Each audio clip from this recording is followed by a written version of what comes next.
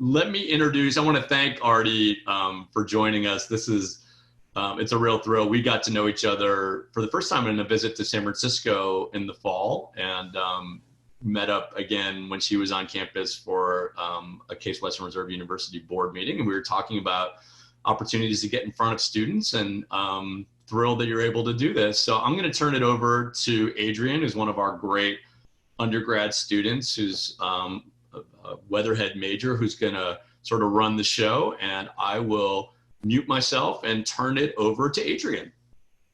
Awesome. Thank you, Michael. My name is Adrian Hattan. I'm a senior marketing and organizational leadership concentration on the management track.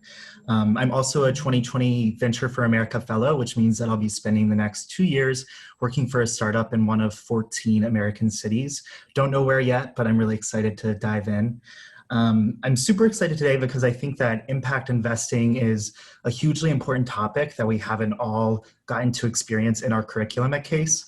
So I'm really excited to have Aarti with us today to discuss that. And as usual, go ahead and if you have questions, put them in the chat along with an introduction and even a link to your LinkedIn profile so we can get connected here today. And throughout the talk, Aarti's going to present some slides at the beginning, and then I'll be kind of combining our questions together and feeding those forwards on the second half of the session. So thank you all for being here, and I'm excited to learn from Aarti today. Hi. So Adrian, do you want me to just introduce myself? Yes. Yeah. Hi, so I'm Aarti Chandna, and several of you on the call know me. I cannot tell you how excited I am to, have met Michael and also get acquainted with the Veale Institute of Entrepreneurship.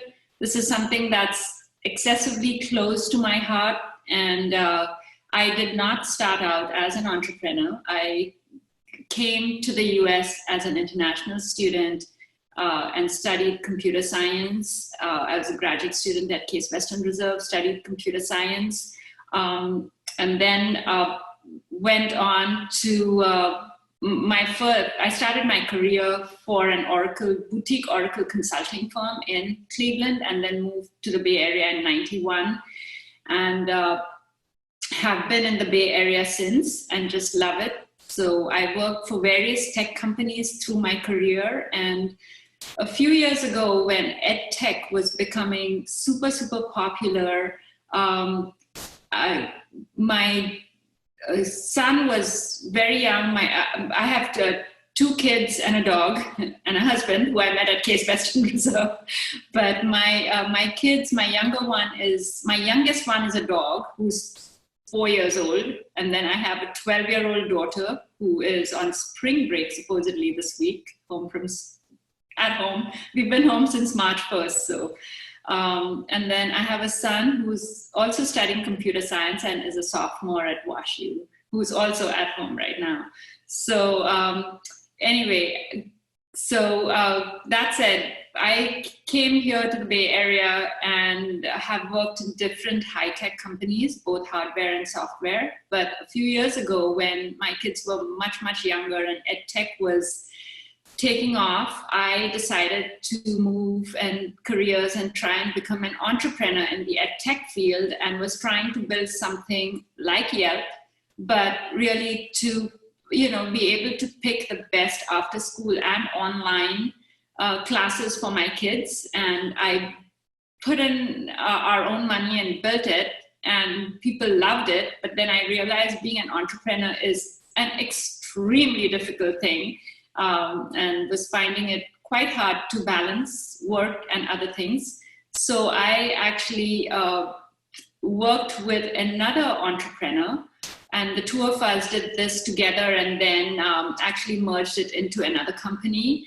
And at that point, I just found that working, consulting, and mentoring entrepreneurs was a better career for me, and I enjoyed it very much.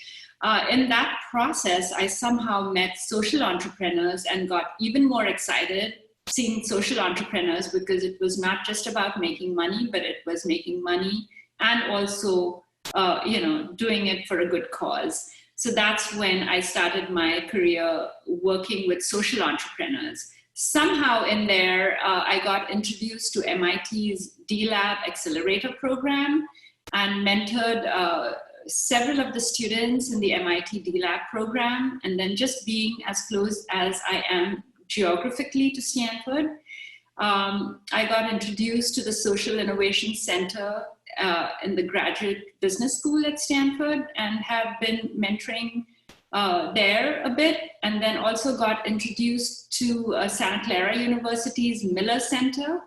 And there, it's not students, it's actually entrepreneurs from all over the world. Many of, their various age groups, various stages of their lives.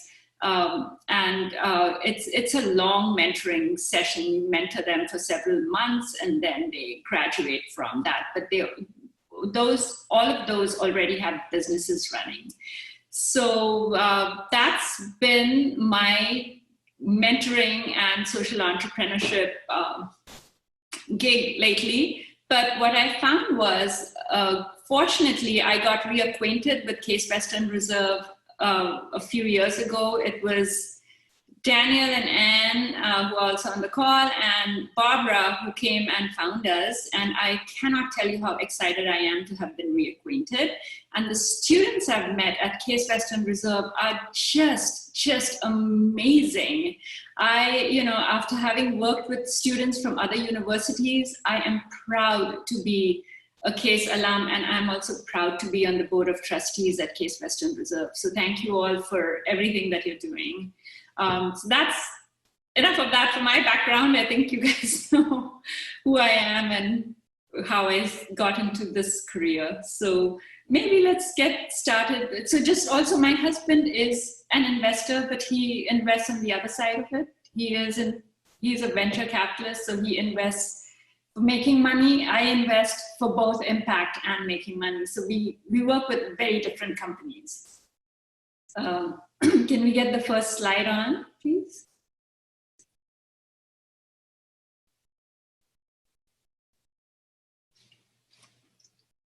Okay, so my advice to invest is investing in tennis balls. No, but they do have a very high rate of return. But that's basically, a lot of investors will invest just for the high rate of return, not me. So next slide. This is for those of you who are not super familiar with social entrepreneurship. I like the slide, and some of you may have seen this, but one end of it is just pure philanthropy. So when you give a hungry family a fish, it's a charitable cause. You're giving them a fish, they eat the fish, and they're back again asking for the next fish. From there, you move to sustainability, where if you teach a family to fish, they can catch their own fish, so you've done some good. But if you go to the next level, where you actually set up a co-op and get various people to fish, get them to start an exporting fish business, have them sell to communities, fish to communities that do not fish, you now have made them fully sustainable. And that's where social impact comes in and social change. So those would be social entrepreneurs on the right side of it. So that's what we're trying to achieve in impact investing, is not just write a check and help somebody out, but actually change how they do things and make them fully sustainable and profitable. Okay, next slide. So for those of you who are not familiar with impact investing, this is actually a really good slide to look at. If you look at the right side, you have traditional philanthropy, where people are writing a check, to the Red Cross or to a food bank or whatever it is. It's pure philanthropy. You write a check, you do good, you feel good, and you're done. The next level up is venture philanthropy, and I work very closely. I'm on the board of directors and work very closely, lead impact investing at Silicon Valley Social Venture Fund. And there we do both impact investing, and the philanthropy we do is venture philanthropy, which means that we do philanthropy just like a venture capitalist would invest in a company. We go with early stage companies, they're innovative, The only difference is we do complete due diligence. We have a rubric we follow. We look at all of their financials. We work on their business plan. We do all of that. The only difference is that the return in this case is impact, purely impact, and not a financial impact. Even if it is a revenue generating nonprofit, it's still a nonprofit, but we treat philanthropy with a venture lens. So that's basically venture philanthropy. Then if you look at the left-hand side, you have traditional investing where when you invest, all you care about is how much do I make, what's my rate of return, how much am I going to make on this investment? So that's your left-hand side where it's traditional investing. Many of you have probably heard of ESG and ESG risk management. So all that ESG really stands for is environmental, sustainability, and governance. So you're following those three things. SRI is socially responsible investing. So in this kind of investing, what you're doing is you are doing a negative screen and you are not investing in companies that may be negatively impacting either the environment, sustainability, or where you feel you're not socially responsible. So you may not invest in a company, for example, that is promoting tobacco, or you may not invest in a company that's promoting pornography or those kinds of things. So you're screening out bad companies. That does not mean that you are necessarily investing in companies that have a positive impact. It's just you're doing the screen. The next level up, in the middle falls impact investing, and that could go either way. So you could have impact, it's always impact first, but you could have impact first with a very high market rate return. A good example of that, a recent one, is Beyond Meat, where it was a highly positive impact and a very high rate of return. We've had many others like that. Honest Tea was another one that got bought by by Coca-Cola. So Honest Tea was a good one. Method, Ben & Jerry's, all those fall into the impact investing space but have had high market rate returns. And then you have other companies that do a lot of do good, but may not have had the highest rate of return.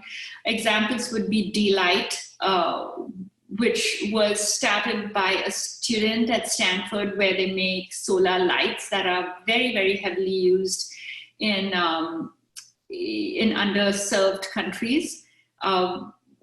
You may have also heard about, I forget the name of the company, but it's basically a blanket to swaddle premature babies that just keeps their temperature warm and keeps them alive.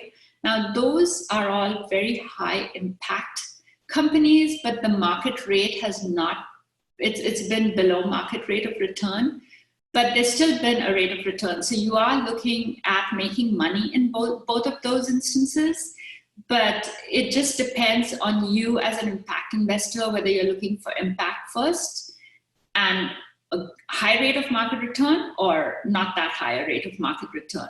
And Omidyar does this very well. They invest in all kinds of things, and they actually look at companies with a different lens depending on what they're expecting as a rate of return there. So if you go to the next slide.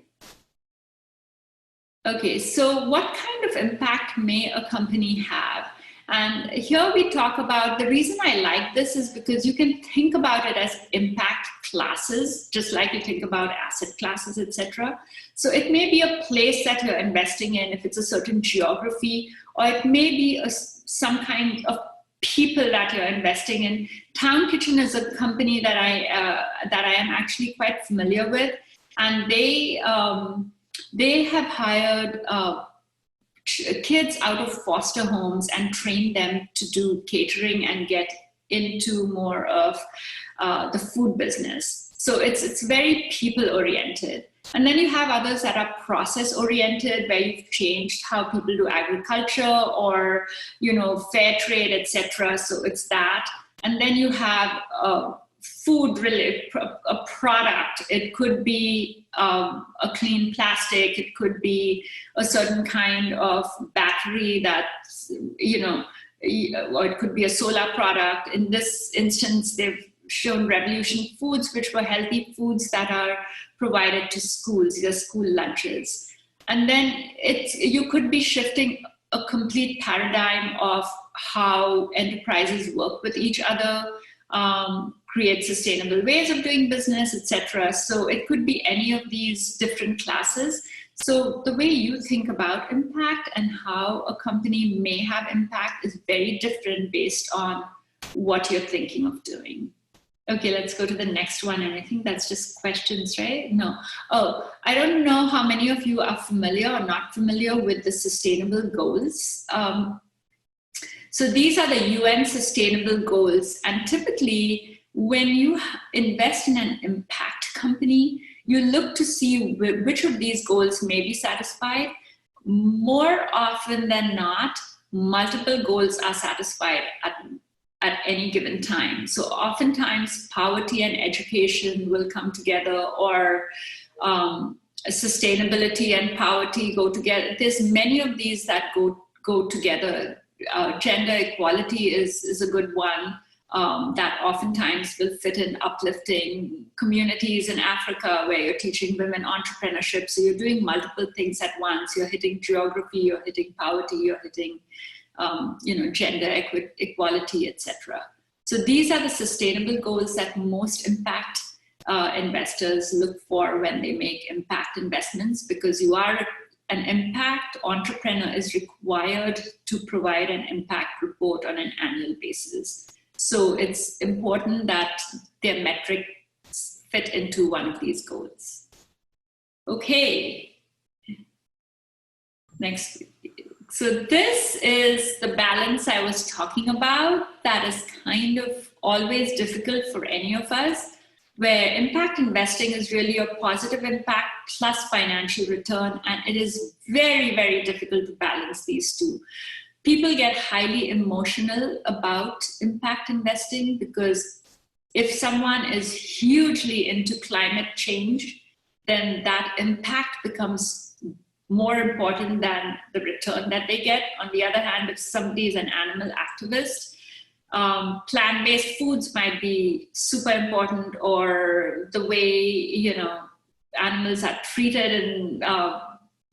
in pastures, etc., becomes very important, or the way dairy farms are run become. So it just really depends on what as a human being want, the impact you want to bring about. And that's why impact investing is so much more difficult than traditional investing, where you're looking for a high rate of return and that's what you're looking for. Whereas with impact investing, there's a lot of emotion that comes in, because what one perceives as impact is different than what somebody else perceives as impact. So this balance becomes super, super difficult. Next slide, please. That's it. Okay, I've done a lot of talking. I'm going to shut up and let's start a discussion or some questions. Great. So a ton of questions have rolled in so far. And kind of going off of what you were just talking about with these different impact classes and factors like the SDGs, do you find that there are any specific factors that you look at in your investments or trend towards? And of any of the SDGs, are there any that tend to have higher returns in your experience?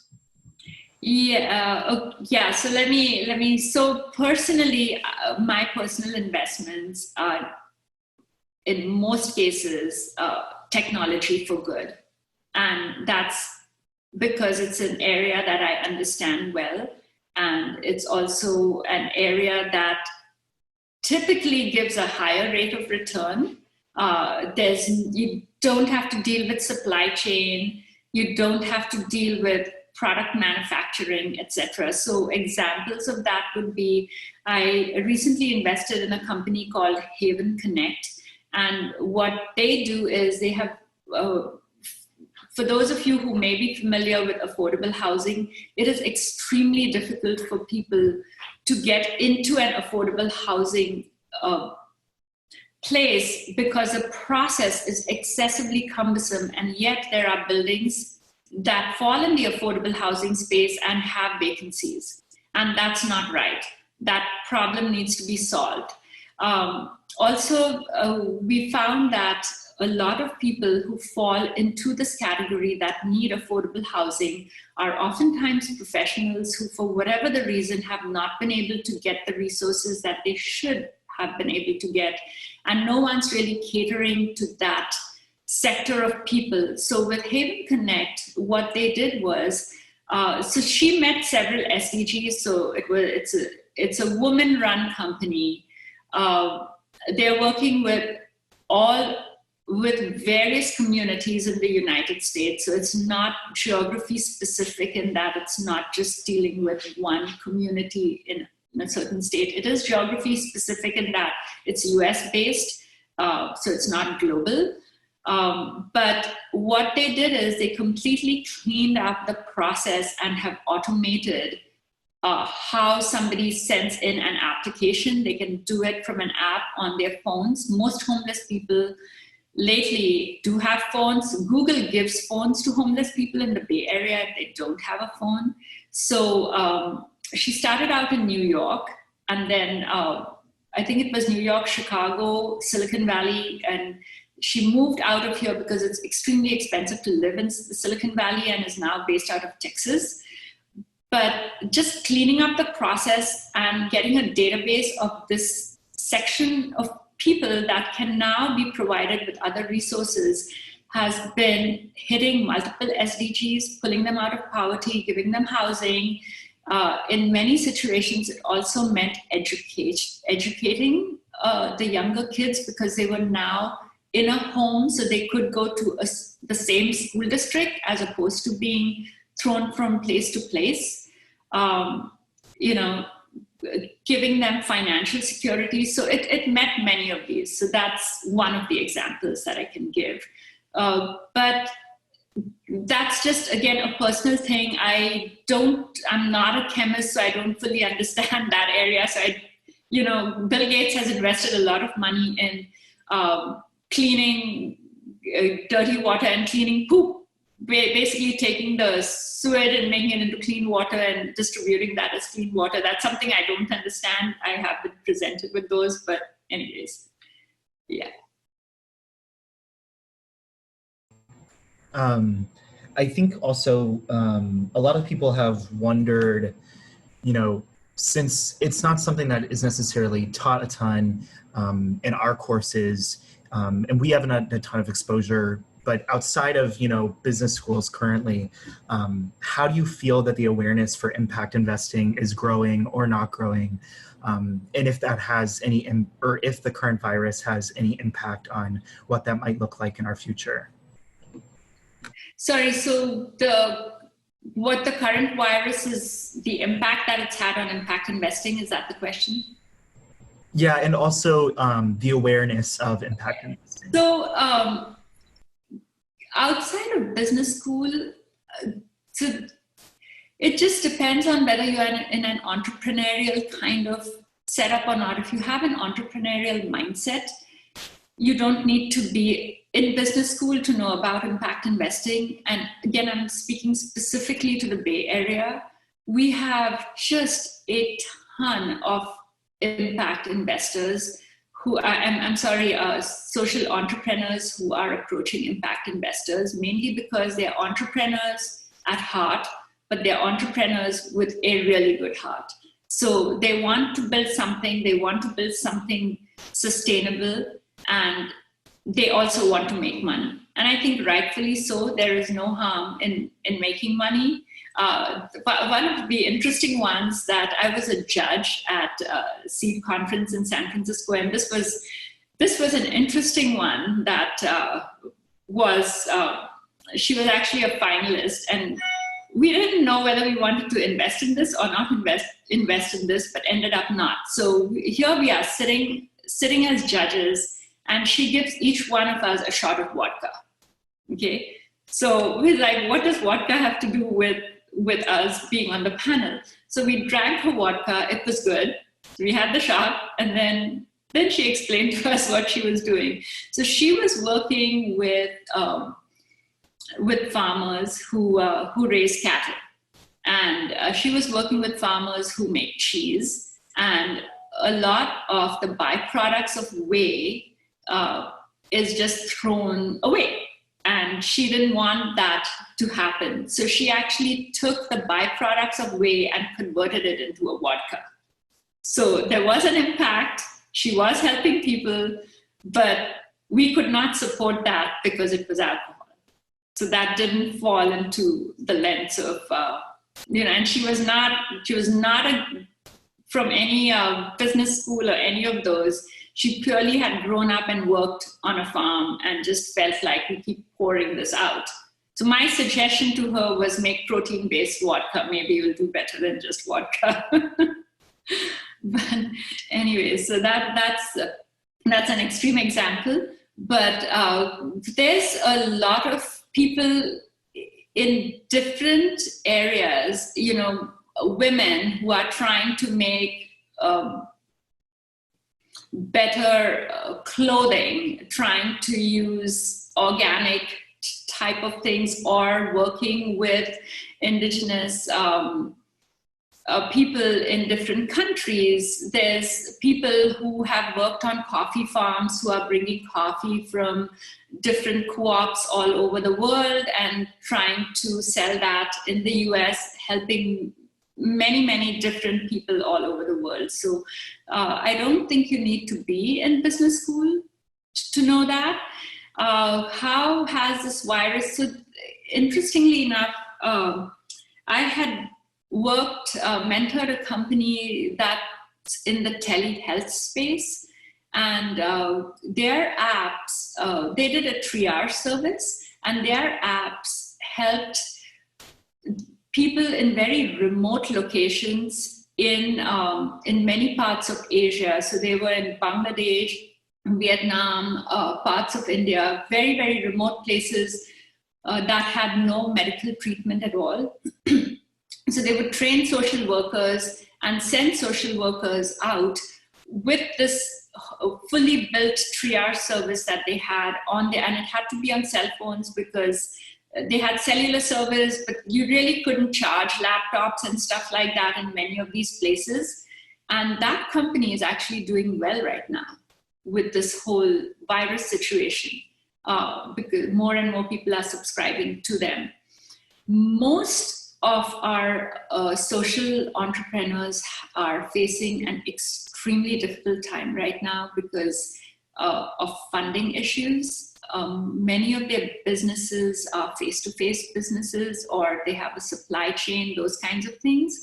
So they are, I was on a call just before this call, and about how we are trying to help people to pivot their business. So there's the STEM-based company that I worked with, and it's an after-school program, STEM-based for underserved students.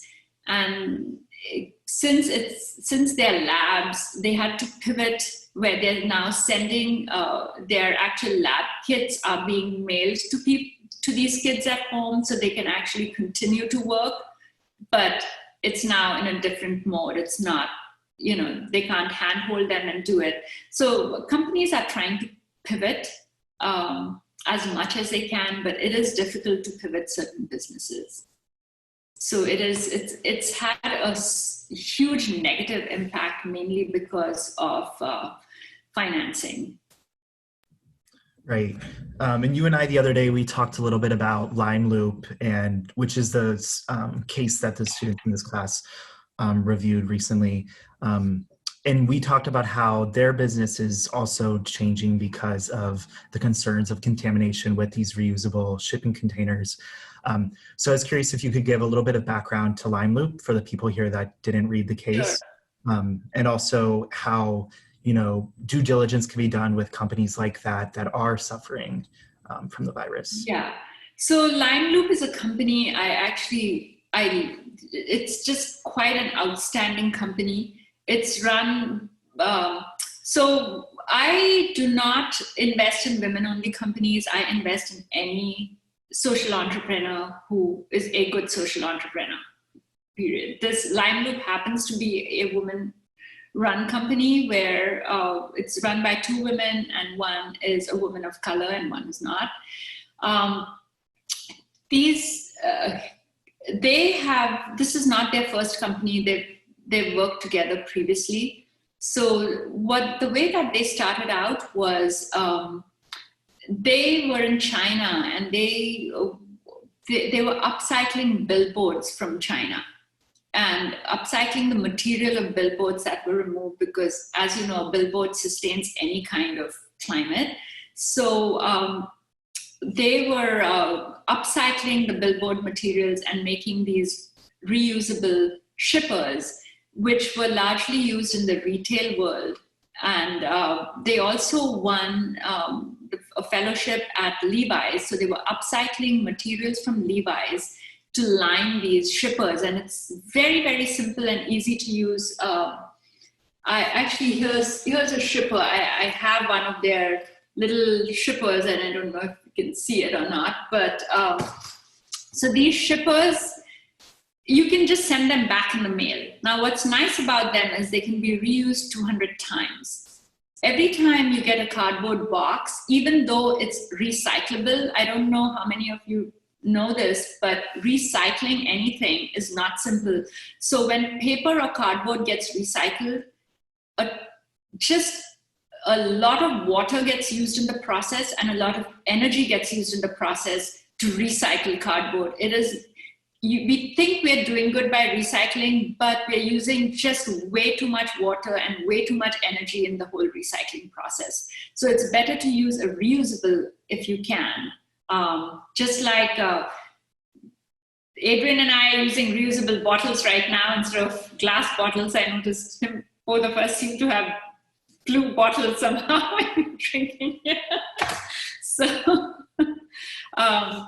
anyways, so these are reusable shippers, and they've done just an outstanding job with saving the number of trees that they've saved per container. I don't have the exact numbers, but I had given it in your reading, but they're just tons of trees are being saved. A ton of, actually, I may have the exact numbers, and I think I should give you the exact numbers if I have them here.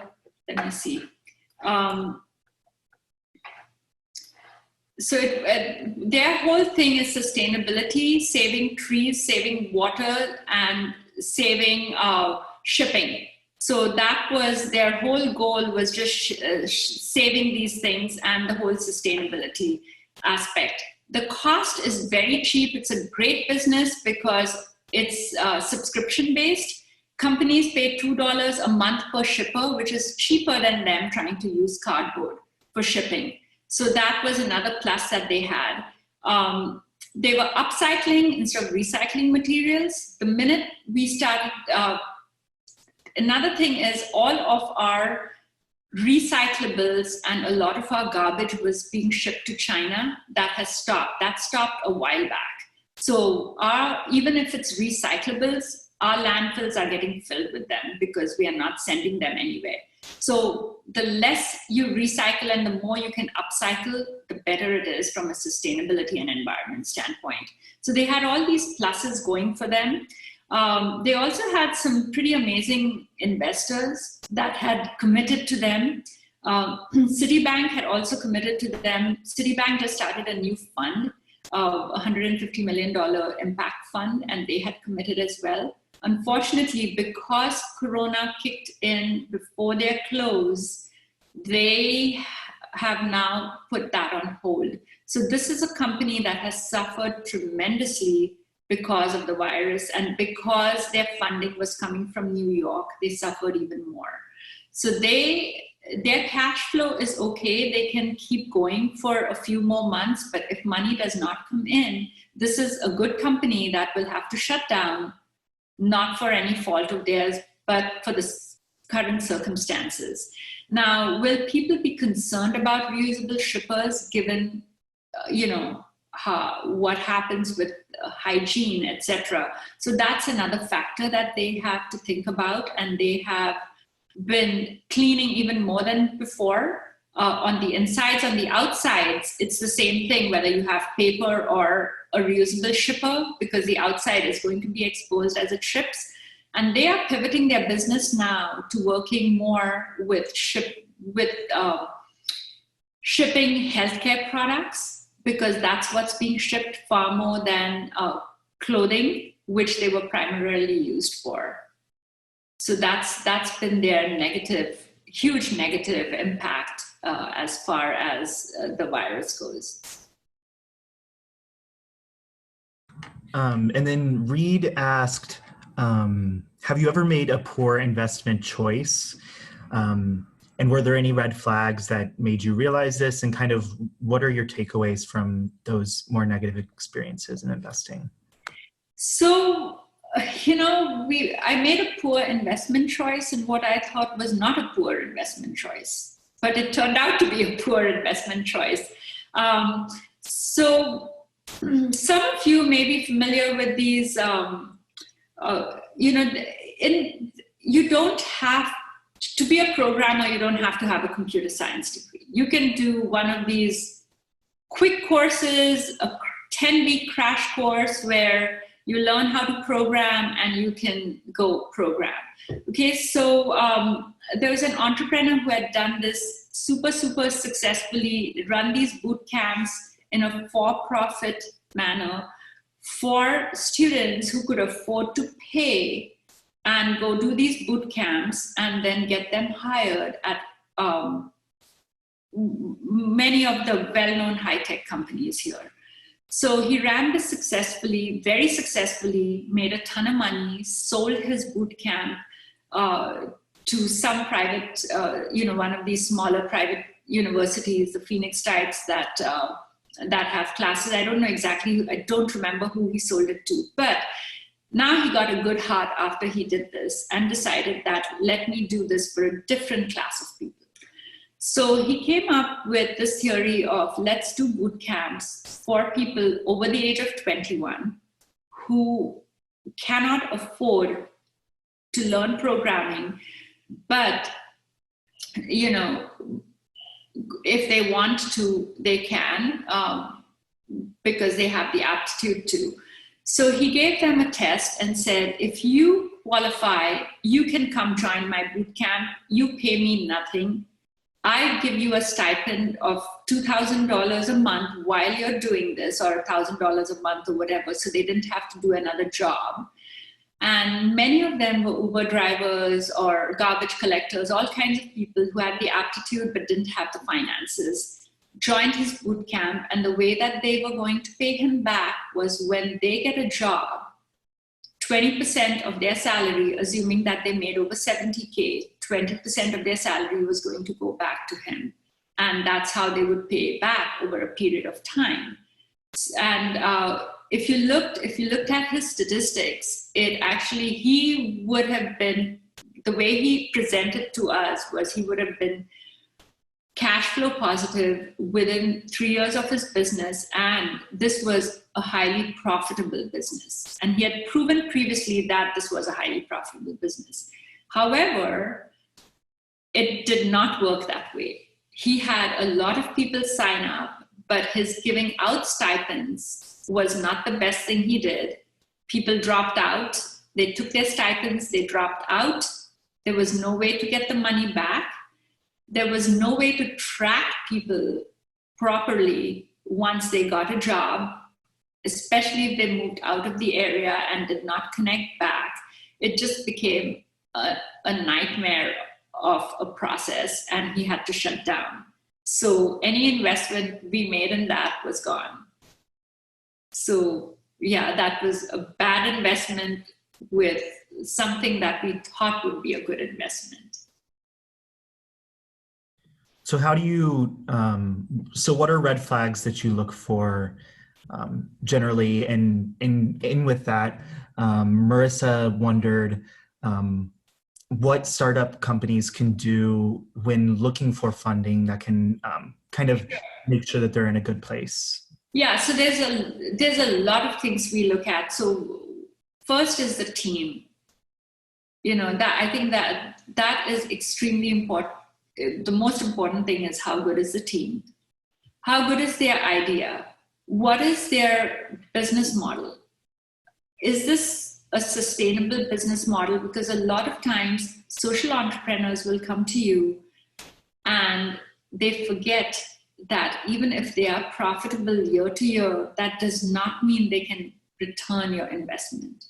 So my recommendation to people who come in and say, I'm doing, whatever it is that their idea may be, if they cannot make a return, they're just making, even if they're making $1 million profit a year, it is a lifestyle business. You can run a lifestyle business forever with a services business, a consulting type business. I've had people come in and say, oh, we're running a consulting type business and we are hiring, we are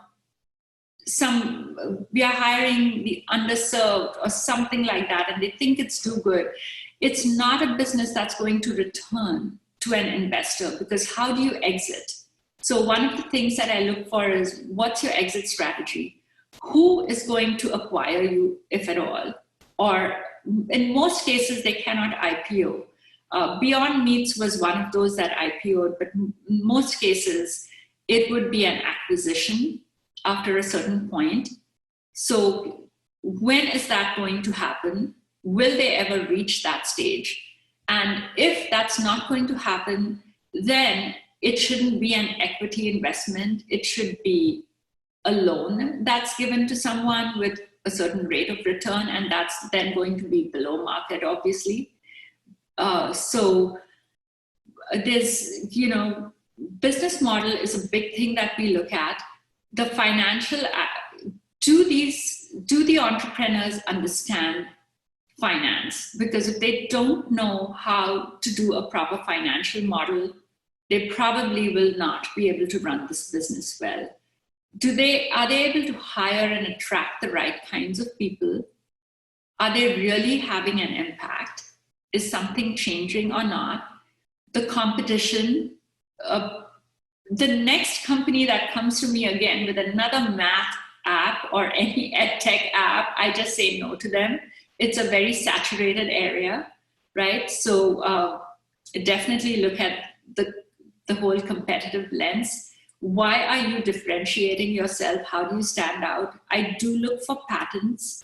I do look for, because anything you or I do, somebody else can do it better and quicker. So what is it that's differentiating you from somebody else? And how can you, sustain and stay? So those are definitely things that I look for. Well, your supply chain, if you're manufacturing something, think about the supply chain. If that breaks on you, you're done.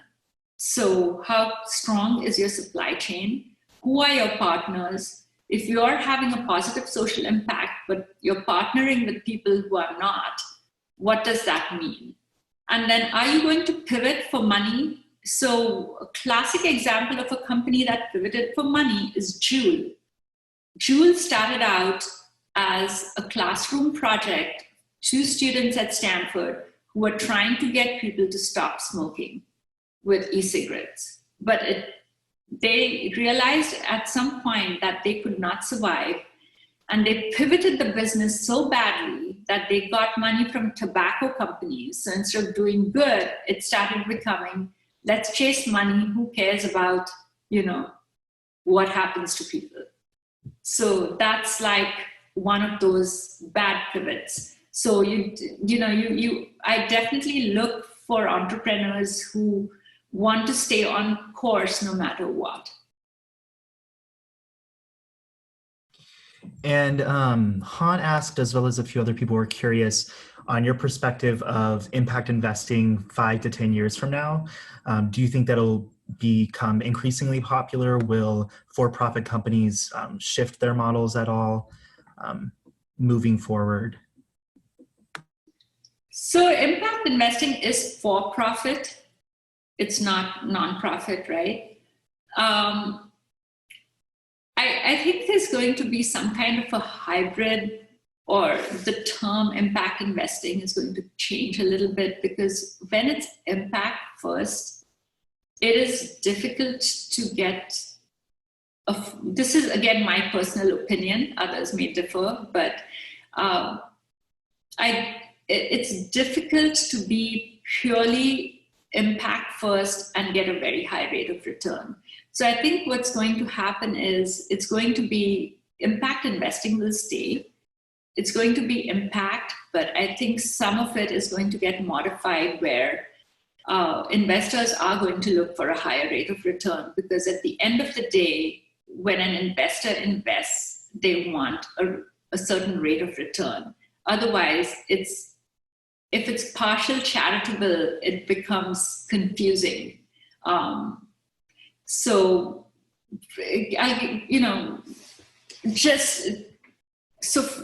as an example, a company approached me not too long ago, and what they're doing is all of us use cleaning agents at home, and we all go to the store and we buy these huge bottles of Method or Index or Windex or whatever cleaning agent one may buy, and they're all being sold as liquids that are being transported, which is extremely expensive to transport, in plastic bottles, all of which, everything there is environmentally bad.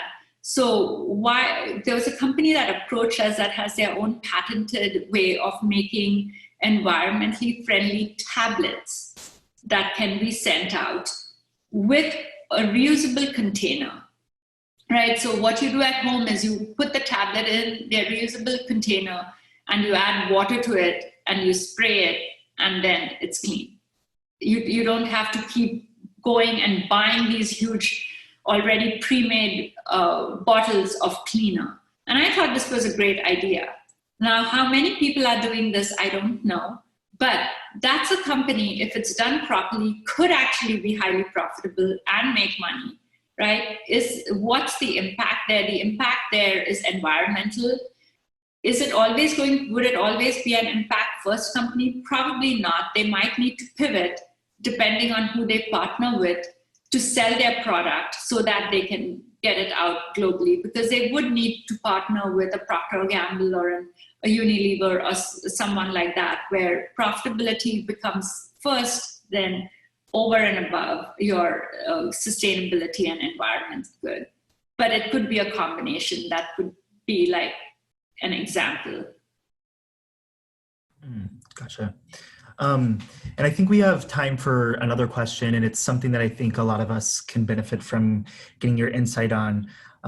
As we move forward into our careers, us that are still in school here, do you have any advice for people that want to make a social impact and want to do good throughout their careers? And just any advice you might have for people moving forward? Sure. I think all of us should in our own ways try to have. So any company you join, if you can make a little bit of a change in that company, that would be great. So many large companies are using clean energy now, and purposefully using clean energy. If they're not, they're changing it. Just the garbage collection that happens in each and every building is unreal. I myself, I feel bad every time I use a plastic cup, because I know I'm adding to something that's bad to the environment. So I think for each of us, no matter what we do, if we just keep that lens on of how can we make it better, or can we make this small little change where I'm using a reusable bottle, or I'm, not doing, if I can have, use a solar lamp as opposed to something else, should I do it? Can I do it? Same goes with cars, etc.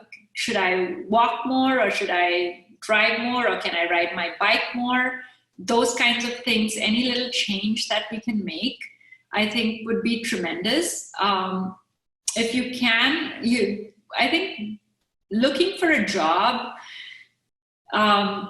one should join a company that has a good value system.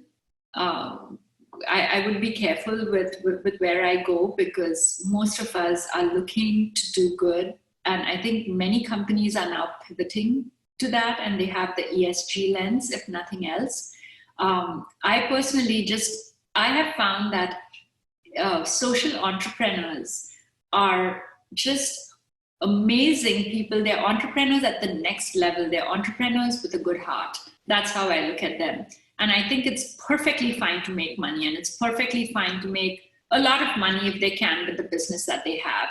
But to keep that lens on where the do good comes first before the make money at any cost. Make money is good, but make money at any cost, I'm not sure that that's the best thing.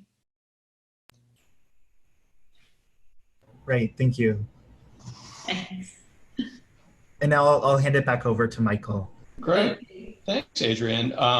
Well, that went fast. What a great hour together. Adrian, thank you so much for your moderating. It's been really fun to watch the students play the role of moderators, almost to the point of, as I think about my teaching style in the future, I was like, I need more student moderators. It makes my job so easy. I can just sort of sit and watch the students ask great questions and direct the conversation. So Adrian, thank you for volunteering to do that. And that was great. I know we have one last poll question. We'll see if this works again. Doug, if you want to put up a question for the participants, that would be great.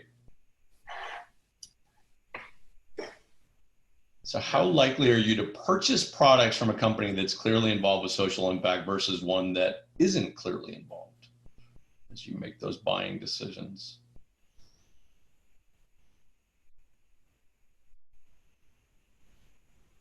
Great.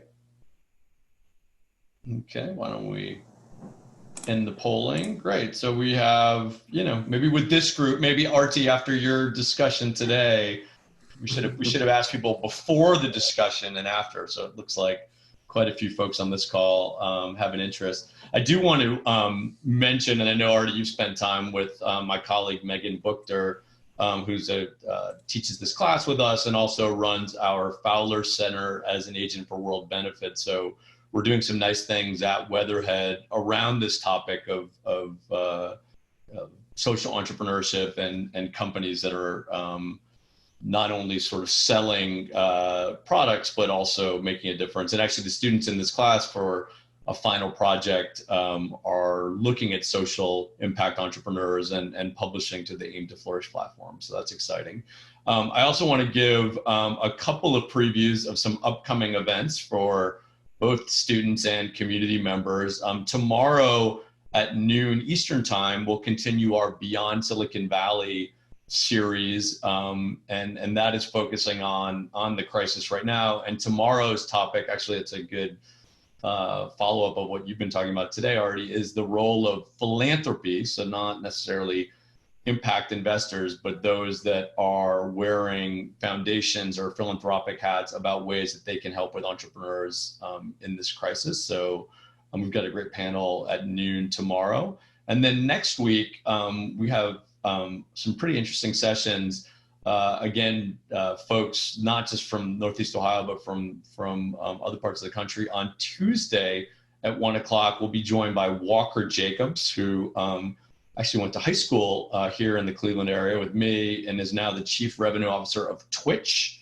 So my 8th grade son is very excited about that event because he's a Twitch user. He likes to watch people play video games, and it's in addition to playing video games. So I hope you can join us for that, talking about Twitch as part of the Amazon family now. And then we just confirmed next Wednesday a special event at 1 o'clock as part of the series. So Jonas Pate, who has a new show that's dropping on Netflix next Wednesday, we'll be having a conversation about, and the show's called Outer Banks. So actually the day that his show drops, we're going to have a conversation about the changing face of entertainment and entrepreneurship, particularly the presence of Netflix. And he timed his release well.